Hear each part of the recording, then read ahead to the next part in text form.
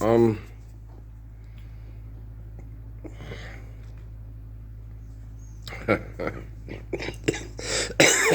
Getting questions in my head from people. Why is this? Why is that?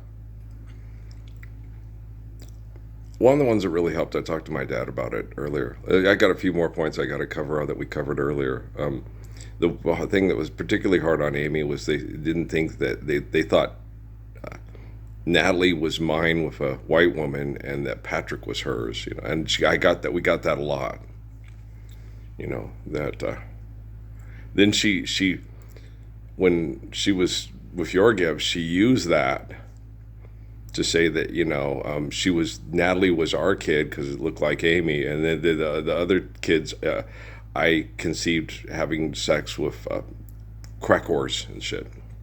Yeah, that Emily and Noah were white women's babies, and she was having to endure that. So when she got insulted by stupid people that say things they do, that's okay. Like when she used to dress Natalie up in certain ways, and she would sit there and she'd go, "How does she look?" It's like you're trying not to get the little old white ladies at Southwest Airlines call her a boy.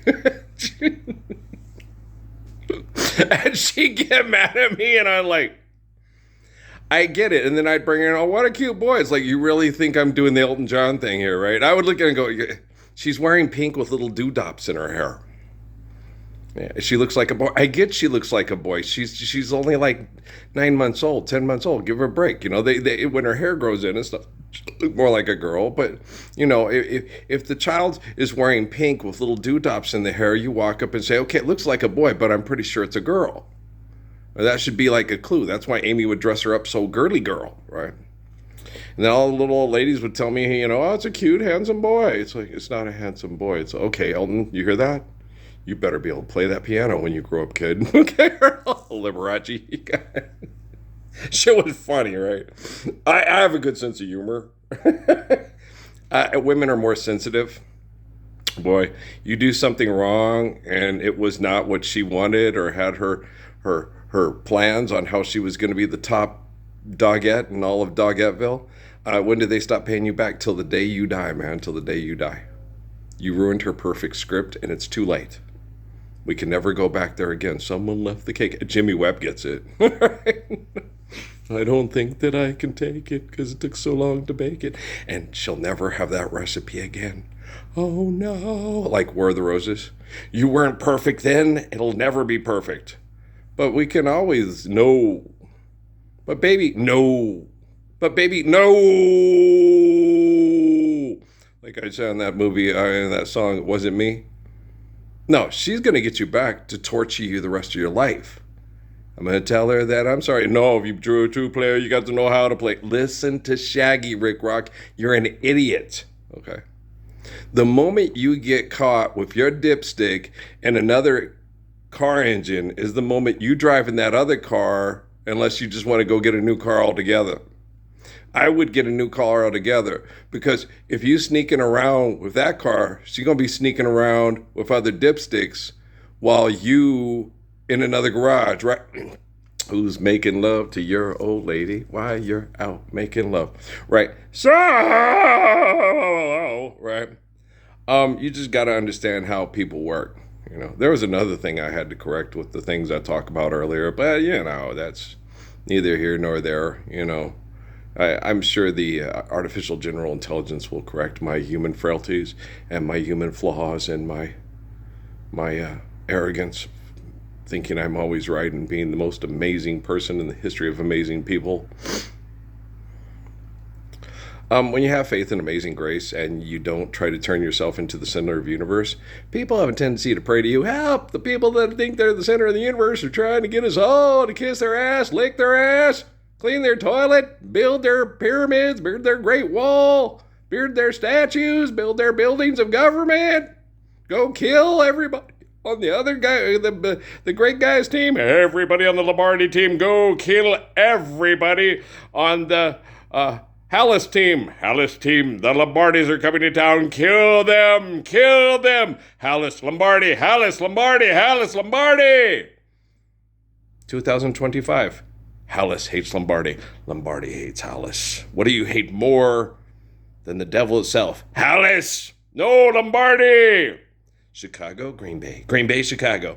There's more Hallis than there is Lombardi. So rally around the Lombardis so the Lombardis will win. The Lombardis are God's chosen people. They won the first 2 Super Bowls. The Hallises have old memories before the Negroes were allowed in the ring where we were racist white people. Everybody knows the Hallises are the line of racist white people in the big city of horribledom. And we were the first to allow blacks to win Super Bowls with the other teams that allowed historically black colleges to have most of the players be on the teams. Go Kansas City Chiefs, beat the Minnesota Vikings, and you New York Jets, beat those evil Baltimore Colts from the White People League, right? Remember that on Fast Break? You know, who was the first black player to play in the NBA? Nate Sweetwater Clifton for the New York Knicks. And Bernard King's character sits there and goes, who was the first white player to play in the NBA? Because he told him, you need to know your history. So Bernard King says, who was the first white player in the NBA? And Mike Warren laughs. And they walk off. You need to know your history. Was it George Mikan? Was he the first player drafted in the NBA draft? Was it George Mikan? It might have been. You know, it could have been. You know, who was the first player drafted in the NBA? George Mikan, first white guy in the NBA. Well, he wasn't the first white guy. First white player. There you go. I have no idea.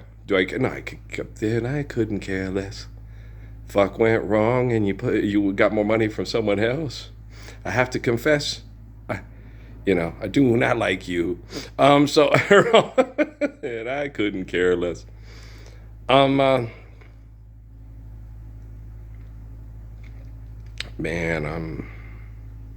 I'm tired. I'm really tired. But I went over there to talk to Dad and talk about the bad brain activity of all these rich and famous people. I told him about this movie I watched that was kind of autobiographical about the bodyguard of Michael Jackson, right? Said, and so Michael Jackson, you have to pay these bodyguards real good money, so he probably paid him like $250,000, and the guy leaves his little girl with his mom. And so the guy's intelligent because he's poor and he's black, right? And he invests his money and he gets the house payment and he does all these things and everything like that. But he gets creditors coming after him because Mike stops paying him, and because he's got one of those Dennis Rodman type financial managers, right? And the bodyguard's like, Mike, my checks aren't going through. Okay, well, I'll check on it. And then he's out partying with a girl. He's out at the club. He's high. The guard, and so this guy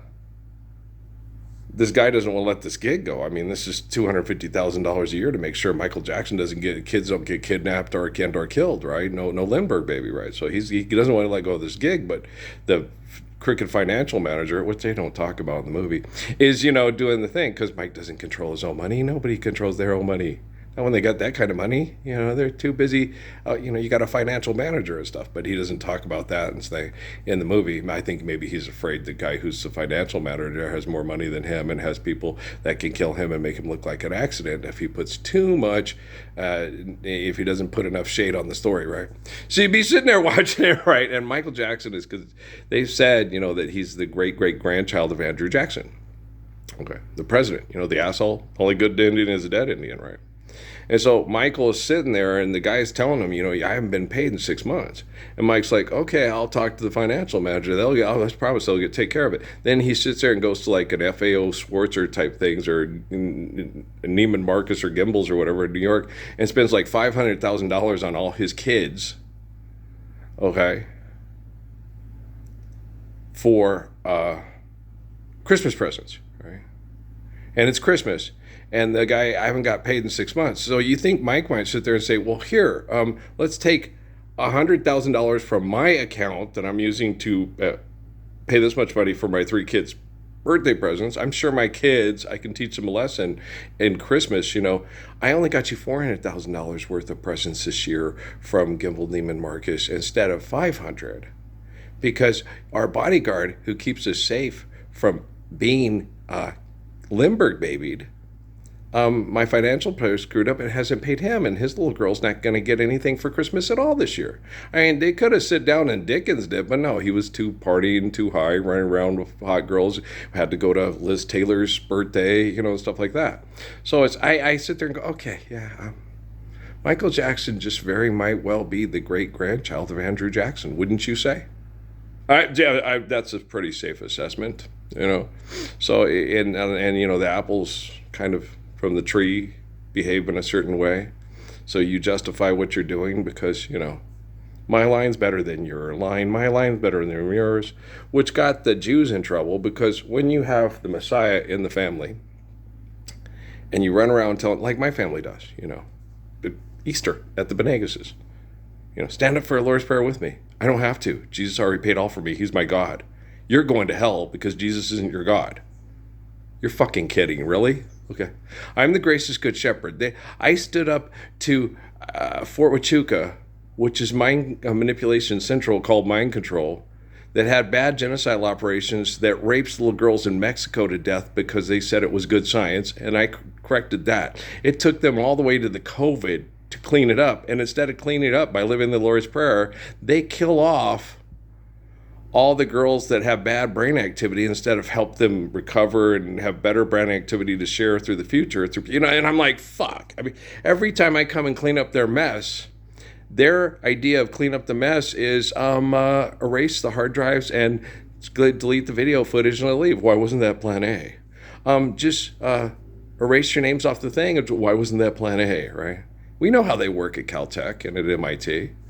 Everywhere there's a way to have excellent engineering to maintain the status quo over economic conflict and egotistical narcissism, there's an MIT mind.